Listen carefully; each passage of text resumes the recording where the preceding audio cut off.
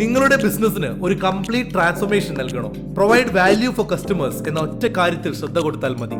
ഏത് ബിസിനസ്സും ആവട്ടെ, നിങ്ങളുടെ ഗ്രോത്ത് അതിവേഗത്തിലായിരിക്കും. പലപ്പോഴും നമ്മൾ ശ്രദ്ധിക്കാതെ പോകുന്ന ചെറിയ കാര്യങ്ങളാണ് ബിസിനസ്സിൽ വലിയ മാറ്റങ്ങൾ ഉണ്ടാക്കുന്നത്. PPC campaigns, paid ads, email marketing, അങ്ങനെ ഏത് ക്യാമ്പയിനും ആവട്ടെ, നിങ്ങളുടെ കസ്റ്റമേഴ്സുമായി നല്ല റിലേഷൻഷിപ്പ് ഉണ്ടാക്കുന്നതിലാണ് കാര്യം. അതെങ്ങനെയാണെന്ന് നോക്കാം. ഏറ്റവും ആദ്യം, make it easy for customers to find your business. പരസ്യങ്ങളിലൂടെ അവരിലേക്ക് എത്തുക എന്നതിൽ തുടങ്ങുന്നു ഈ മാറ്റം. ഉദാഹരണത്തിന്, സ്നാപ്ചാറ്റിലൂടെയാണ് ജെൻസി എന്നറിയപ്പെടുന്ന പുതുതലമുറയിലേക്ക് എത്തിപ്പെടാൻ എളുപ്പം. ഒരുപക്ഷെ അവരിലേക്ക് എത്താൻ ഫേസ്ബുക്ക് സഹായിച്ചു എന്ന് വരില്ല.